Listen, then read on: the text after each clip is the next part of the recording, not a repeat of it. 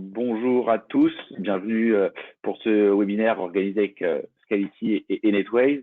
On va attendre 1 ou 2 minutes que tout le monde se connecte avant de démarrer. Merci.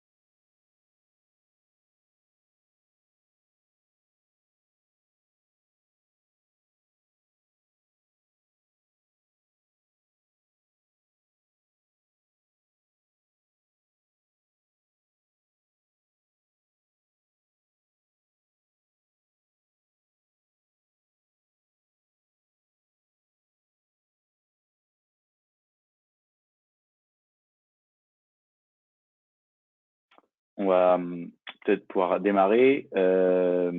Bienvenue à tous pour ce webinaire sur la sauvegarde de la reprise d'activité qui sera animé par Jean-Marie Nana, qui est Sales Engineer chez Scality, et Adrien Bloch, qui est directeur technique chez Netways. Donc, je vais tout de suite leur laisser la parole pour qu'on soit dans les délais.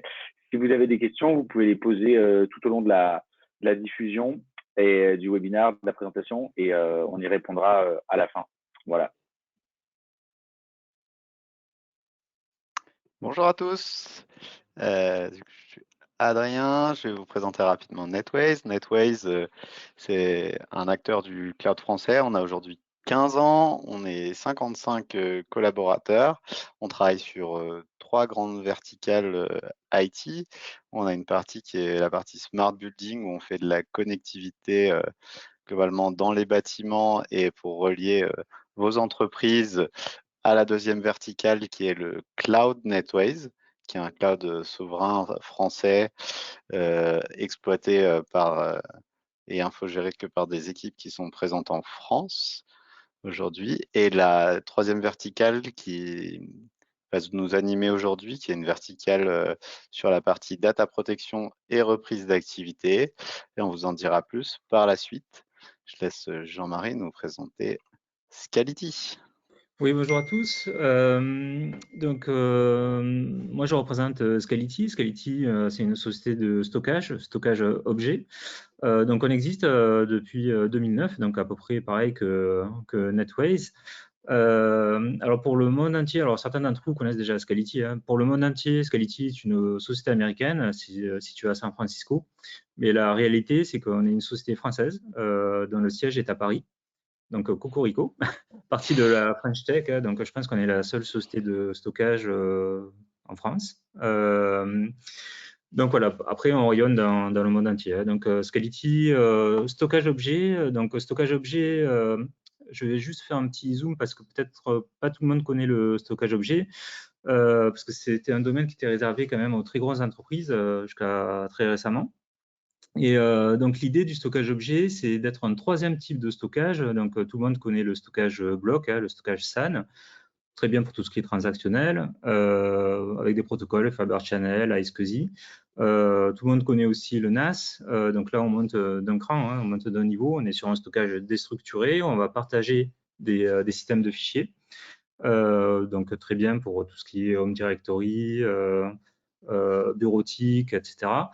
Et c'est vrai que ces stockages déstructurés ont très vite été limités par les file systems, donc avec des limites techniques, notamment au niveau des volumétries, mais aussi de la gestion des fichiers. Et donc, on a créé un nouveau type de stockage, donc il y a une quinzaine d'années, qui est le stockage objet, qui est un stockage qui est flat, qui n'est pas dépendant de file system et qui permet de s'étendre sur des exabytes de capacité de volumétrie.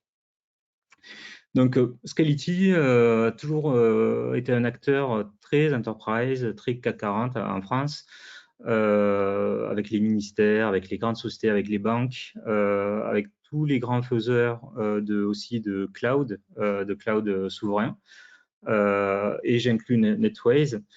Et l'idée, c'est de pouvoir fournir exactement les mêmes niveaux de service que vous aurez chez un hyperscaler, type AWS, Azure, Google, mais soit dans un cloud souverain, type NetWays, soit sur site, sur un format appliance chez vous, directement. Merci Jean-Marie. On va passer au vif du sujet. Aujourd'hui, les entreprises ont des applications, et donc vous en faites certainement partie, qui sont hébergées un peu partout. On a tous des infrastructures encore un petit peu on-prem. On en a chez un cloud privé, en IaaS, en PaaS. On en a dans des clouds publics. On a beaucoup d'applications SaaS aussi.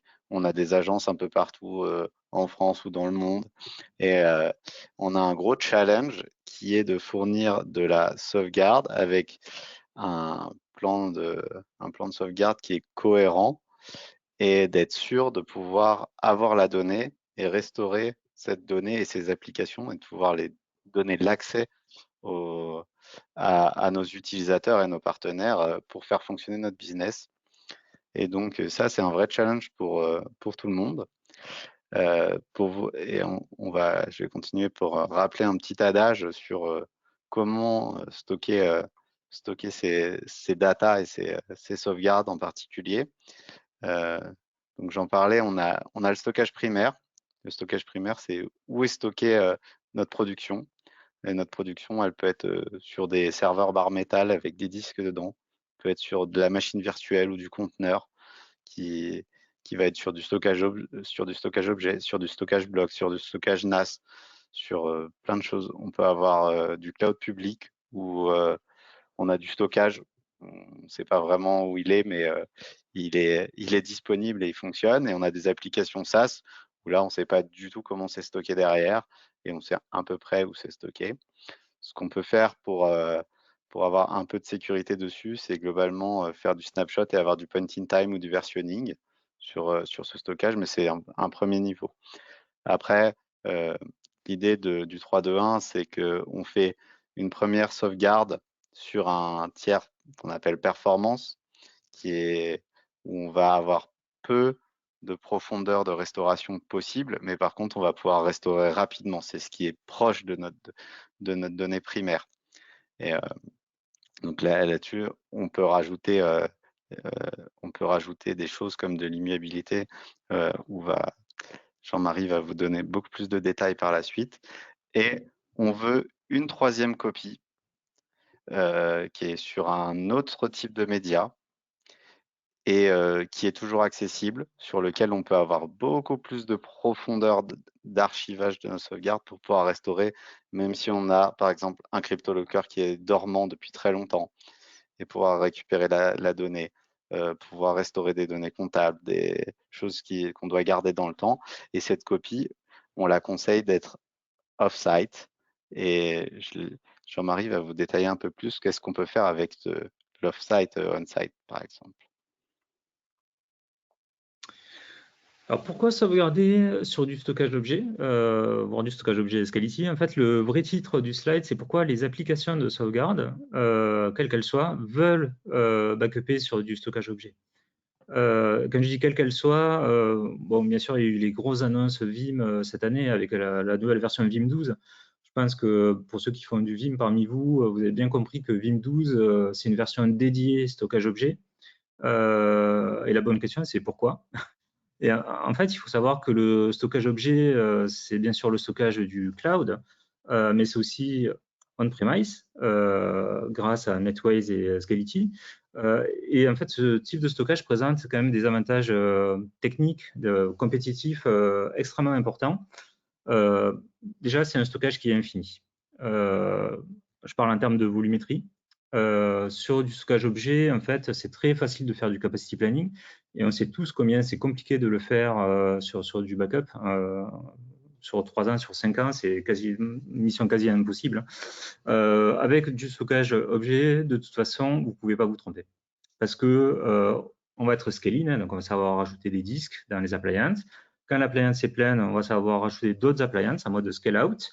Lorsque vous allez faire de vos copies de sauvegarde dans le cloud NetWays, vous avez une capacité qui est infinie. Voilà, c'est à l'usage. Donc, stockage infini, première caractéristique. Deuxième marqueur très fort, c'est la durabilité des données. Sur un stockage Scality, on parle de 14,9 de durabilité. 14,9, c'est 99,99% en 14 fois. Ça, c'est le niveau de durabilité de données du système NetWays, hein, du système objet qui est installé chez NetWays, c'est 14,9. Pour vous donner un exemple, le plus haut niveau de durabilité chez AWS, c'est 11,9. Donc 11,9, 14,9, on est dans le même ordre d'idée. Mais si vous y réfléchissez, en fait, on peut dire que le stockage de NetWays est 1000 fois plus durable que le stockage Amazon. Et on n'a jamais entendu parler de perte de données chez Amazon. Vous voyez, on est sur des systèmes qui sont extrêmement durables.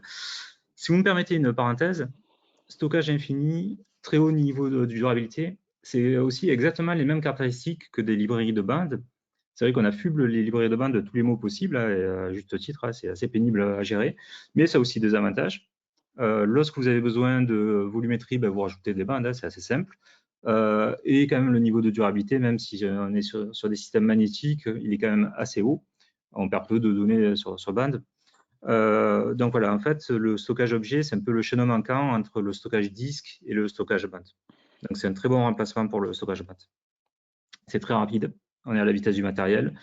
On simplifie les architectures. Là, Adrien vous a montré une architecture typique sauvegarde. On sait très bien que dans le stockage secondaire, souvent les architectures sont beaucoup plus complexes que dans le stockage primaire. Et là, on va simplifier les architectures et ça, c'est bien, notamment lorsqu'on est en situation de crise, hein, pour pouvoir restaurer. Et dernier point, et c'est là où on va insister, Adrien va même vous faire une démo de cette fonctionnalité. En fait, on est sur un protocole S3. Le protocole S3, c'est le protocole du cloud aujourd'hui. Tout ce qui est cloud native, ça veut dire que l'application parle S3. C'est le cas des applications de sauvegarde, type Vim. Et ce protocole est extrêmement riche. Et il y a une des fonctionnalités du protocole qui s'appelle Object Lock. Alors, je pense que certains d'entre vous connaissent déjà cette fonctionnalité qui permet en fait d'assurer l'immutabilité. Et la grande originalité d'Object Lock, c'est que cette immutabilité, on va l'assurer non pas au niveau du stockage en lui-même, mais directement au niveau du protocole. C'est-à-dire, pour pouvoir attaquer des données et de sauvegarde qui sont sous Object Lock, il faudrait pouvoir attaquer le protocole, ce qui aujourd'hui est impossible. Le protocole S3 n'a jamais été piraté. C'est comme si je vous disais, par exemple, on va pirater le protocole Fiber Channel. Vous allez me dire, c'est impossible. Donc voilà, donc ça c'est la grande originalité et ça fait de S3 Object Lock, et j'en parle d'autant plus avec confort dans le sens où c'est pas nous qui l'avons inventé, hein, c'est vraiment Amazon qui a inventé cette fonctionnalité S3 Object Lock. On peut dire que S3 Object Lock c'est vraiment la forme supérieure d'immutabilité. Et Jean-Marie, est-ce que tu peux nous dire, parce que là on parlait tout à l'heure de offline, donc on veut une copie offline. Quel est l'avantage et les reconnaissances d'avoir de l'Object Lock? Est-ce qu'on peut considérer ça comme une sauvegarde offline? Écoute, c'est une très bonne question parce qu'on aurait pu se poser la question ces derniers mois. Et là, c'est vrai que l'ANSSI, qui est le gardien du temple, bon, je pense que vous connaissez tous l'ANSSI, vient de publier ce mois-ci un nouveau livre blanc qui s'appelle Sauvegarde des systèmes d'information, les fondamentaux. Et l'ANSSI a décidé d'inclure dans ses fondamentaux cette notion de worm liée directement à la sauvegarde hors site. Donc là, on vous a mis le lien, vous aurez le lien pour télécharger le livre blanc qui est très intéressant. Là, je vous ai sorti 2 extraits. Donc, il est indispensable de mettre en place une sauvegarde hors ligne, ou au moins hors site, en ligne sous certaines conditions. Tous les mots sont importants. Et une solution worm est envisageable donc pour cette solution hors site, mais il est important d'étudier le mécanisme d'immutabilité ou d'immuabilité dont la robustesse varie en fonction des technologies utilisées. Donc là, il faut savoir lire entre les lignes. En gros, je vous la fais courte, l'ANSSI reconnaît une solution worm comme du hors ligne, comme du air gap, si vous avez de l'object lock. Voilà, c'est aussi simple que ça. Donc, pas de snapshot, pas de technologie worm où je passe en read-only avec du bricolage sous Linux, object lock et object lock. Donc, on pourrait se passer de faire de la bande et sauvegarder directement chez NetWise pour la dernière si partie. jamais vous êtes amoureux de votre livret de bande, vous pouvez toujours la garder, mais effectivement, c'est une très bonne solution de remplacement. Ouais. Merci Jean-Marie. Comme un exemple vaut 1000 mots et que ça fait déjà un quart d'heure qu'on parle, ce que je vous propose, c'est qu'on vous fasse une petite démo et j'espère que vous allez apprendre des choses, qu'on vous a expliqué des choses, mais c'est quand même un peu mieux de le voir. Ok, donc hop. Normalement, vous voyez bien mon écran. Et donc pour notre démo, on a juste un serveur de POC avec un moteur Vim Backup en version 12 et qui est connecté à un Ring Scality. Ok, si je suis ici, hop là, on peut voir, est-ce que Backup Infra Ring, donc un Ring Scality de NetWise. Il faut savoir que le Ring Scality de NetWise, c'est un ring qui est dispatché sur 3 sites aujourd'hui avec une connectivité qui est toujours au plus proche. NetWise étant opérateur, en fait, on énicaste les adresses IP pour ceux qui veulent et donc sera toujours disponible et vous attaquerez l'infrastructure la plus proche, même si on a une coupure d'un site, ça sera complètement transparent pour vous. Il faut savoir que là, on le fait avec un moteur Vim Backup, mais c'est une fonctionnalité qui fonctionne avec globalement tous les logiciels de sauvegarde compatibles avec du S3 et de l'Object Lock. Donc tout ce qu'on va vous montrer, ça marche avec du NetBack, du Commvault. Comme ça, on a 3 logiciels et je suis impartial. Donc là, on a notre job de sauvegarde. Ici, il a sauvegardé une machine virtuelle sur une infrastructure de POC, tout simplement, directement sur le S3. Et je vais vous montrer. Donc là, on voit la sauvegarde qui est dans notre ring. Et ce qu'on va vouloir faire, c'est le cas d'un attaquant qui est arrivé jusqu'au logiciel de sauvegarde et qui veut supprimer cette sauvegarde. Donc, il va le faire soit en PowerShell, soit en API, soit en GUI s'il est arrivé jusque-là.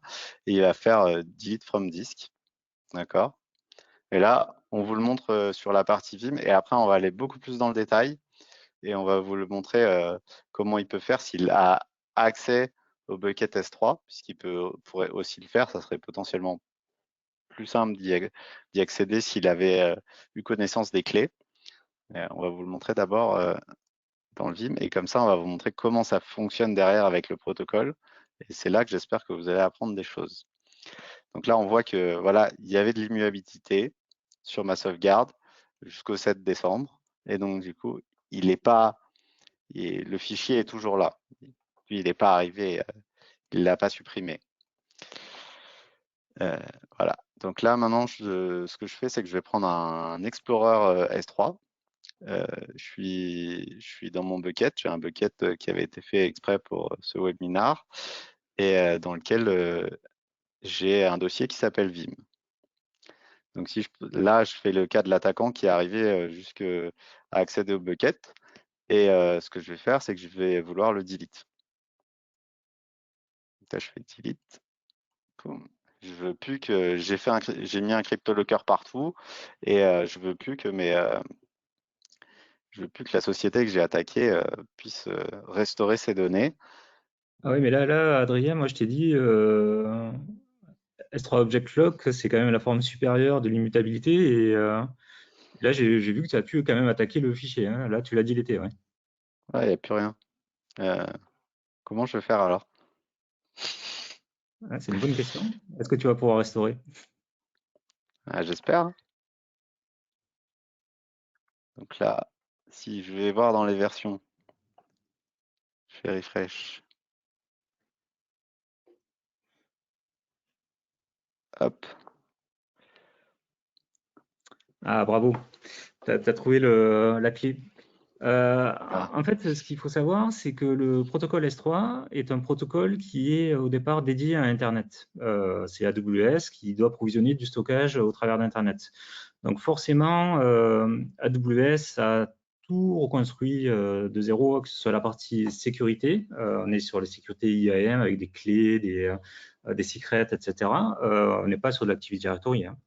D'ailleurs, vous verrez ces dernières recommandations aussi de l'ANSI, de ne pas être sur de l'Active Directory. Donc, sous-entendu, il vaut mieux être sur du S3.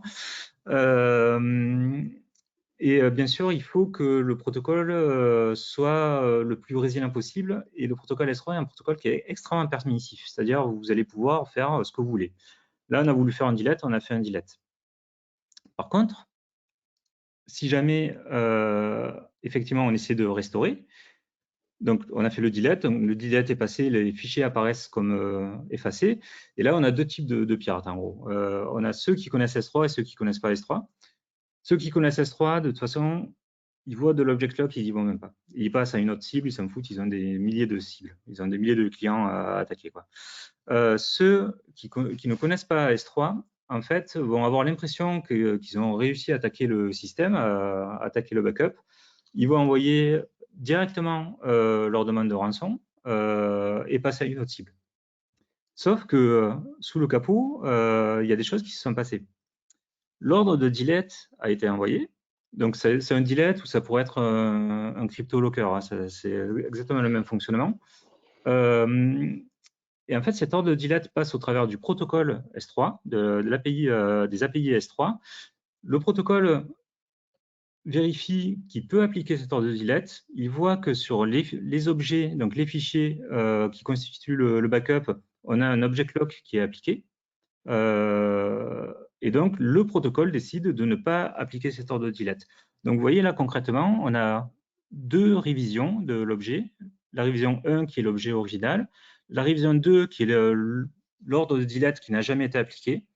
Au niveau protocolaire, donc ça ne se passe pas côté stockage, hein, ça se passe vraiment au niveau du protocole.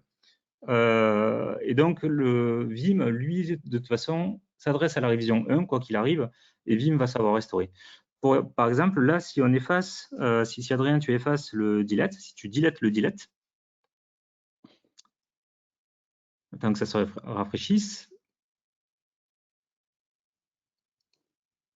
ouais, il faut peut-être changer de bucket, ouais, on refresh. Ouais, change de bucket et tu reviens, ouais. Pour rafraîchir. Voilà. Vous voyez, en fait, nos données sont revenues, en fait. Parce que la donnée originale n'aura jamais été touchée. Donc, c'est aussi simple que ça. Et en fait, je vous dis, la grande idée, là, c'est là, toutes les sauvegardes faites sur les systèmes NetWays vont être un object lock, enfin, si vous le décidez, en tout cas. Et vous avez cette protection au niveau protocolaire, directement. Ce qu'on peut faire aussi, c'est activer du chiffrement des données depuis votre logiciel de sauvegarde. Et comme ça, on est sûr que la donnée, même si elle est accessible, elle n'est pas visible. Elle n'est pas. Et c'est en plus de ça, donc elle n'est pas supprimable, elle n'est pas visible, et vous devez juste avoir les connaissances de vos clés pour pouvoir restaurer et qu'on vous aide à restaurer. Derrière, j'ai fait une petite manipulation pendant que Jean-Marie vous affichez, vous expliquez tout le fonctionnement, c'est que j'ai utilisé mon Vim Backup pour faire une restauration. Et normalement, après avoir supprimé, hein, puisque c'était pendant les explications. Et donc, du coup, si je refresh ici, normalement, je devrais avoir. Donc, on voit bien que j'ai ma VM webinar qui est là, que je viens de restaurer. Donc, en fait, ça a fonctionné. On a supprimé la data, mais en fait, elle n'est pas supprimée, elle était juste marquée. Et elle est disponible. Voilà pour la démo. Après, si vous avez des questions, je vous invite à les poser sur le chat. Et si je fais ça, on revient au slide, c'est magnifique. Et je vais juste vous expliquer. Donc là, maintenant, la donnée, on a pu la sauvegarder.